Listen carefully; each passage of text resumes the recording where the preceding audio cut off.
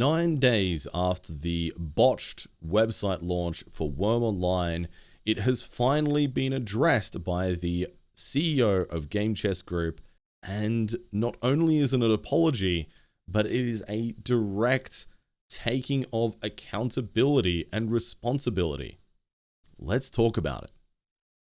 G'day everybody, and welcome back. I am Bloody Drongo, and I have been documenting the new era of Worm Online, and today we've got some big news, and that is that Krista, the CEO of Game Chess Group and the interim product director for Worm Online, has apologized for the state of the website launch. This came out as a recording about 8 hours ago now, while I was asleep. Time zones are, not the best, but hey, at least I'm getting to it now, and let's go through it and see what has been said. I did make a video a couple of days ago, basically saying, hey, it's kind of weird that they've not acknowledged anything to do with the website launch yet. Either Krista or any of the other staff that may have been involved. And so, and I said in that video that they could yet still address it, but after nearly a week, I would be surprised if they did. And I'm happy to admit that I am pleasantly surprised, and, I can definitely admit, when I've got something wrong. And I'm pleasantly surprised to be wrong about this. So let's take a look. So Krista says, "Dear community, expectations are high, and I did not deliver on those. I would like to first apologize for the delay in my response. The website launch was less than satisfactory, and I take the opportunity to thank you for your feedback and to say that I am sorry. It hurts me to see the backlash the team has been subjected to. The team did not get the opportunity to add their input to the website launch, website before launch, and they took it upon themselves to update the website as soon as it was released, working united to change it. I am grateful for that and their passion to quickly address the feedback and concerns raised by the community. The quality assurance is my responsibility, and I did not uphold the quality you deserve." So that's really interesting, because that kind of, number one, this is Krista taking direct responsibility. And ultimately, in any organization, the buck stops with the CEO. But that said, a lot of the time, you don't see people in senior roles always taking responsibility. So number one, I'm personally quite happy to see that Krista has obviously taken the community's reaction to heart, and is also taking responsibility for the role that he played in that. And obviously as well, from what he said here about the fact that the team did not get the opportunity to add their input to the website before launch, that's kind of a weird thing to do, but it also makes sense for how it all happened, because I think anything, considering the fact that there was straight out information about Worm on the website before launch or at launch that just wasn't true about the game, and there was a bunch of things like that that just did not sit right for what Worm is as a product, as a game. And anybody who'd played that for any amount of time would really probably kind of see that pretty quickly. So it doesn't surprise me that there wasn't really any opportunity for peer review, internal peer review, before the website was launched. I think it is probably disappointing that there wasn't internal peer review before the website was launched, because for a small game like Worm, where you can't actually ship this out and have a specific team to do quality assurance, you've got to rely on your internal teams. So hopefully this is a lesson they learn for the future, that, to utilize their existing staff to help, work with quality assurance and quality checking. And yeah, ultimately, I'm quite happy to see that Krista has directly said that he did not uphold the quality, and that was his responsibility. I do think it's also worth pointing out that I also think it's unfair to see the amount of backlash that the team has received in general. Obviously, there's a lot of very heightened emotions at the moment. We're all very passionate about the game, and we're all very invested in the game. And so therefore, you know, it's very easy to end up in a position where we're being overly emotional about the any potential threats to the things that we love. And certainly there has not been a shortage of negative sentiment levied towards the team. And I think part of that is to do with the fact that there really hasn't been a face to put to this whole thing, and not really anybody owning up to responsibility of it. But I think there's also just, you know, people just wanted to be angry and lash out, which is unfortunate. And I think, again, you know, as I've said in my previous videos, we've got to make sure that we remember that there is other people involved here, and that, you know, we're all human beings, and we're all, you know, generally speaking, doing the best we can to look after ourselves. And, yeah, you know, just got to try to be a little bit more kind and find that balance between being able to voice feedback and also treating each other with respect. And I think that's very, very important. So Krista further elaborates as well. Like, honestly, you know, I was not expecting, if they did address it, for it to be such a detailed response either. This is much more lengthy. I think they could have, Krista probably could have got away with like a short 1 to 2 paragraph addressing of it, maybe not even directly apologizing. But the fact that, you know, they've gone to this extra effort is nice. It allows, it goes into enough detail to kind of address the concerns that the community, and, you know, specifically myself as well, have had about the whole situation. And the more kind of specific you get and more detailed, it makes us feel more heard, I suppose. So what happened? The website was launched with the intent of being adopted by the community to change and evolve with the game. I failed to communicate that vision and exactly why and how we envisaged the website, and the team has had massive backlash because of it.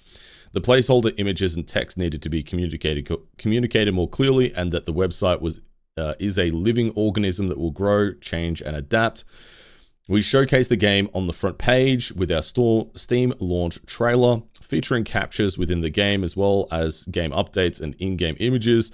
The intention is not and never will be to sell the game for something that it is not.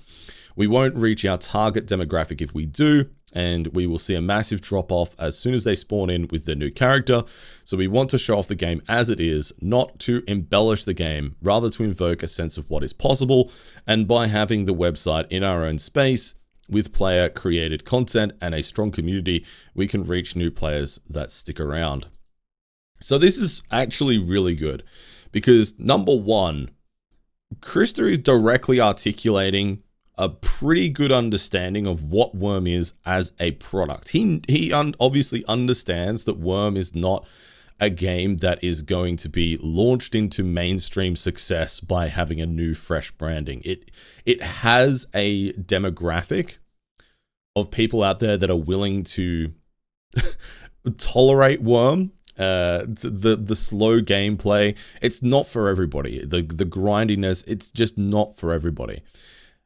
And he obviously understands that. And I think that's really, really good to hear that articulated, because if you didn't understand that and you've got somebody trying to lead a growth in player base or growth in revenue, they're never going to achieve it because they've fundamentally misunderstood the product. So this is actually really, really nice to see. And yeah, I still think it's pretty ordinary that the website launched in the way that it did. And I don't agree with the vision of launching this website with the premise that it would be then shaped by the community and created by the community. I still question whether there is some other motivating factor to run it out as quickly as possible. But that's probably just me being cynical. Who knows? But I think this is probably about as good of a response to that specific scenario as any of us could really expect, to be fair. Then he goes on to say, the way I communicate. It has come to my attention that my communication appears stiff and formulaic, but that's just marketing talk. But the way I write and the tonality and language I choose, but it is the way I write and the tonality and language I choose to communicate with. My English, seeing as it's not my birth language, may give a sense of rigidness, but this does not take away the fact that they are my own words. But trust me, my Swedish has the same tone. I'm not well versed in forums or discussion boards, and having tried it, my desire to reply to everybody was a task I could not do without it affecting my work, and the results were less than stellar. So from now on, I will let Demona and the rest of the staff be the communicators. So this is really interesting. So number one, that's totally understandable. Like I've got a lot of bilingual, multilingual friends, and you know I've been trying to learn other languages over the past year or so, and it is tough. It is really, really tough to communicate in other languages, and you tend to communicate with a vocabulary that you're comfortable with, and the tone that you have as well. You can sometimes not be fully cognizant of that as a non-native speaker.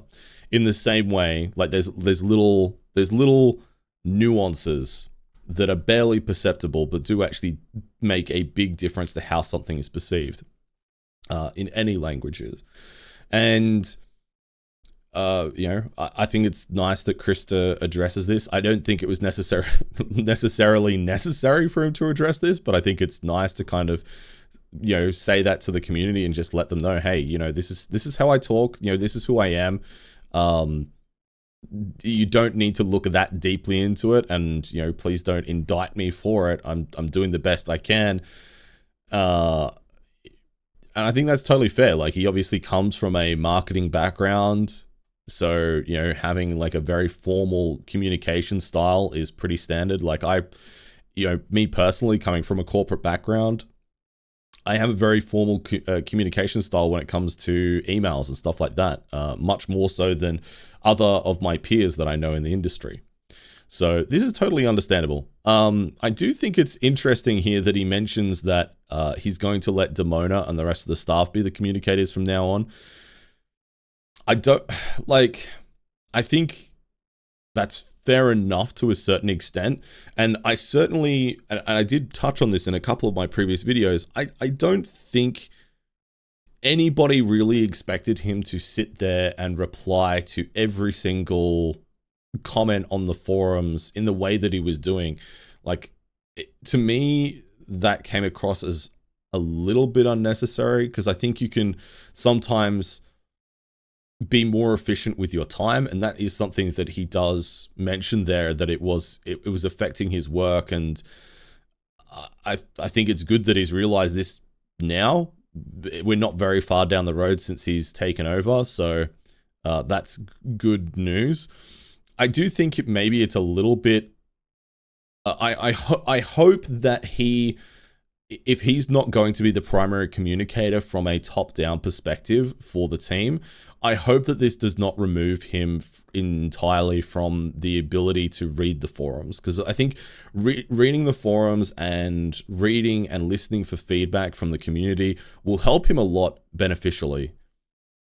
And so I hope that that is not something that ends up happening, because I think if you remove yourself from that conversation entirely, that's going to cause a lot of problems down the track. That's obviously not what he's saying, but that's just something that I personally read there is something that may concern me down the track. But so far, I think that's great. And, you know, giving the staff, you know, the community manager, giving them the opportunity to actually do their job without, you know, this weird kind of hierarchy and power dynamic differential between them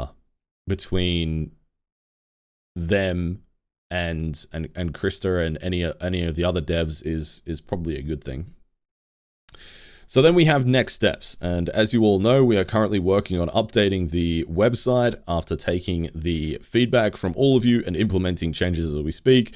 That's how we grow and make it great. We have help from the community and the wonderful Milena Katzper, who's going over all the images. Having her on board will ensure the end product will meet the high expectations you have set. The team have joined together to add and remove superlative text and correct translations. That's great, fantastic.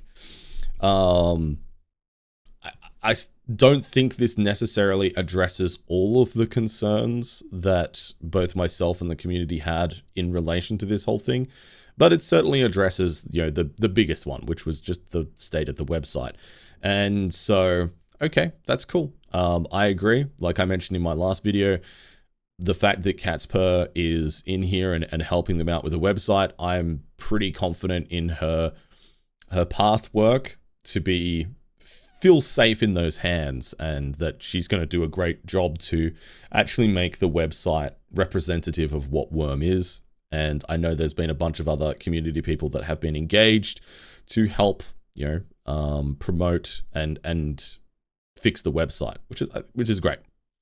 So in closing, we now have the foundation to build upon, built from the ground up to facilitate the features we want and the welcome that welcomes the community to make it their own. It can be so much more than just a business card on the internet. I agree.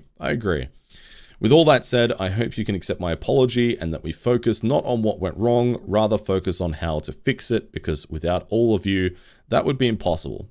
Thank you for taking your time to listen. That's wonderful. I think as far as responses go, this is about as good as I personally could have hoped for.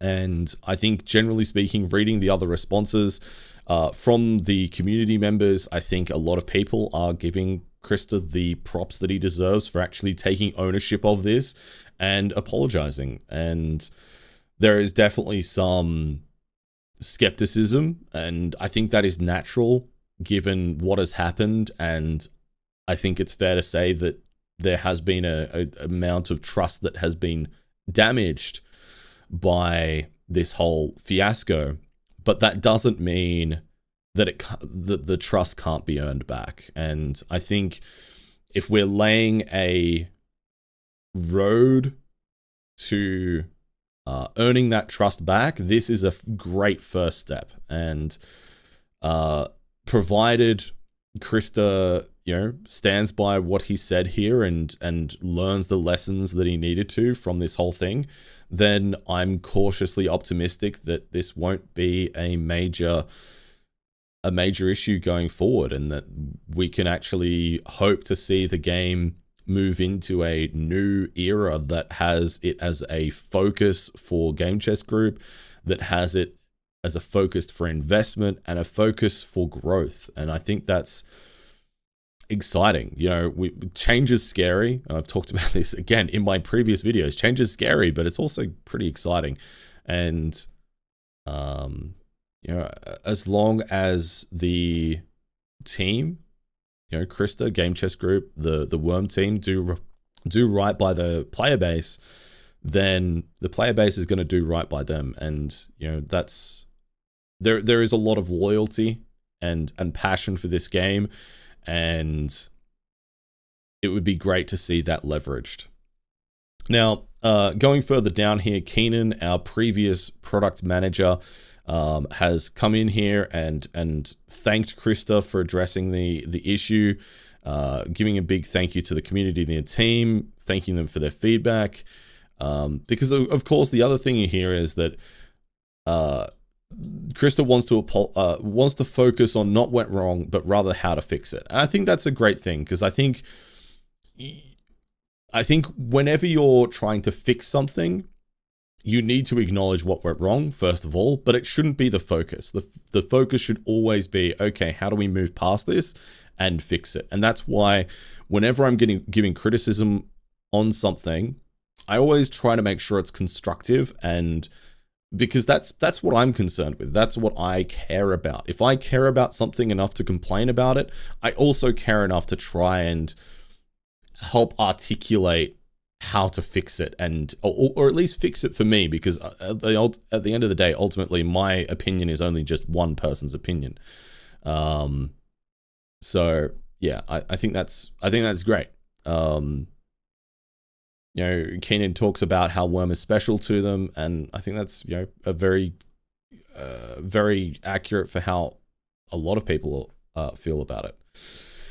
Keenan says, while I may be taking a step back for now, I look forward to inviting more people to leave their mark on our world and community. That's cool. Interestingly, he says, taking a step back for now. That's, I don't know, maybe I'm reading too far in between the lines there, but is that like foreshadowing? I know if I was certainly scripting a TV show, if I was writing the script, that would be foreshadowing. And the other comment that I specifically read in here that took my interest, and that was from a couple of the developers. So Keenan has said, I just wanted to make an additional comment here. I spent a lot of time talking with Krista about this very topic. While the goal is to grow revenue for Worm Online, the plan is to do so by improving the game and its associated web presence so that we can market something we are proud of. We all agree that the path forward is not to squeeze money out of our community, but grow that community. Amazing. I mean, this is something that in the very first video, I speculated and questioned, like, okay, how are they going to increase revenue? They've talked a lot about how they want to increase revenue, but how are they in reality going to do that? And the two kind of very broad classifications they could do is squeezing the existing community for more money or to grow the community. One of those is sustainable. The other one is not. And so as long as they follow through on this ethos, then chef's kiss. Love that. Fantastic. That's great news. And the other comment that stood out to me was, where was it? Dark Lords here. Having also talked to Krista about this all in depth, I could say his apology from start to finish came off as very sincere, and I think he will help us realize some true growth with all of us working together. So I think this is probably, because, I don't know, the way this whole situation has played out and the disjointed nature by which the staff have been involved, and the fact that they weren't involved in the peer review before the website was released, and the commentary that staff has given around it, or the lack of commentary, I suspected, and I did speculate in one of my previous videos, that there was maybe some staff dysfunction going on behind the scenes. Obviously that's impossible to say, but I think it is comforting to see the staff members, especially, fairly senior developers, moving around Krista to basically voice their support and the vision that Krista has for the game, and to reiterate that it is sincere. I think that's a positive sign, and yeah, I'm cautiously optimistic. So yeah, that's the situation as it is now. I hope you enjoyed this little look and explanation and discussion about what has been going on. I don't really have any kind of critical feedback from this. It's just more documenting the series of events that has been unfolding. So if you do want to get more of these videos, keep an eye on the channel. But otherwise, thank you for watching so much, and I will, I'll catch you in the next one. Take it easy. Cheers.